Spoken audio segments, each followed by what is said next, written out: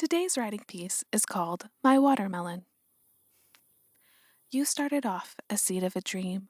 Watered by love, our hope came to be, and a baby watermelon grew inside of me. Ours to love, no matter what. Would you be healthy? Would you be like mommy or daddy, a girl or a boy?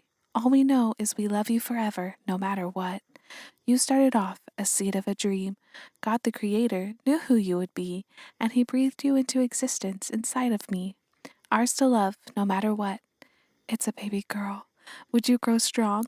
Would you be like Grammy or Nana, a daddy's girl? All we know is we love you forever, no matter what. You started off a seed of a dream, loved by many, so shine your light forth and let love grow deep inside of you. Ours to love, no matter what, so feel secure. Our love will never be far away. Through the ups and downs, God will be with you always, so follow Him, no matter what. And that concludes the piece My Watermelon. Ooh, guys, listening back to that and thinking about my daughters hearing this piece and knowing I'm saying it to them and I wrote this for them. Oh, it made me emotional today.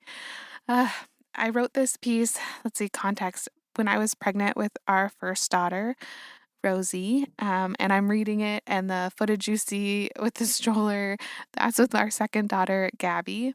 And for both of our girls, this piece is 100% true. You know, we love them no matter what.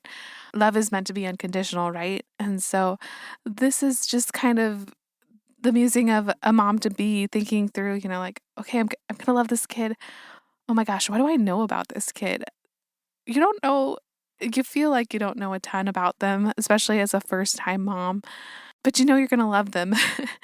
And you actually do know quite a bit about your kid as a mom. You know when they get hiccups, you know if they love to kick you or not, when they kind of their sleeping pattern. But you don't really realize that till they join the world and you see, you're like, oh, okay, that's the movement you were doing in my belly. That makes sense. I know exactly what that is. Or just different things like that.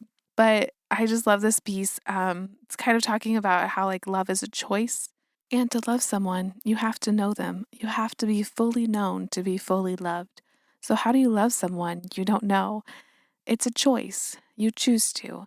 And in this piece or example, the parents here are making that choice to love and celebrate every little thing they come to know about you or their kid. And as a mom, to get to learn and discover more about my baby each day as they grow up, that's my joy, because the more I know, the more there is to love about each of my babies. It's such a blessing to let love grow deep that way.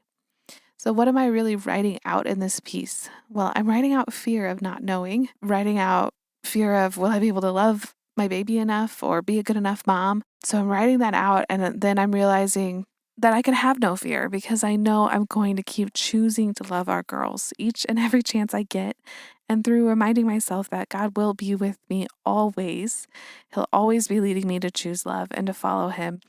And not only will He be with me always, He'll be with each of our daughters always. And therefore, there'll always be love surrounding them, right? If they choose God, they look to Him, they'll always be able to find His love. And same, they'll always be able to look in their hearts and find our love for them there.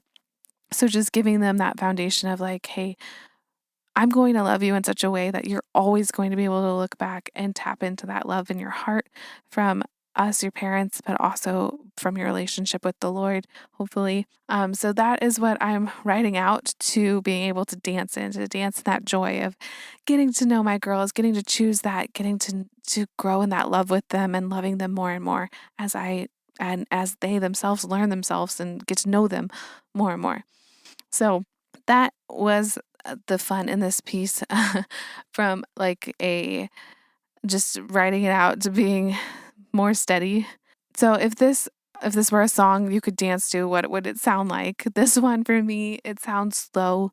It sounds like that best kind of rainy day, not the rainy day where you have a headache from allergies, but no, like a rainy day where you're cozied up in a nice comfy chair with your favorite warm beverage. The weather is just the perfect kind of crisp and it just feels so good.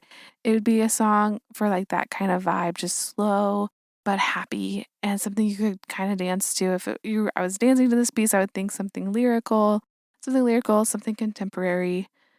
maybe with a little bit more ballet or traditional kind of classical moves in it.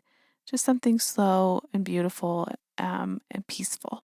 I hope, maybe go back and re listen to the poem and picture someone saying it to you, just repeating about how they had longed for you and that they are going to choose to love you no matter what. And that's what Jesus does for us in the gospel. He says, I have longed for you. I have come down from heaven for you. I love you. I'm going to choose you. I'm going to choose you, even if that means dying on a cross. So no matter what. And so that love is all available for all of us through the gospel. So thank you, Jesus, for that. Tune in next time for another writing piece. I hope you enjoyed it. Thanks.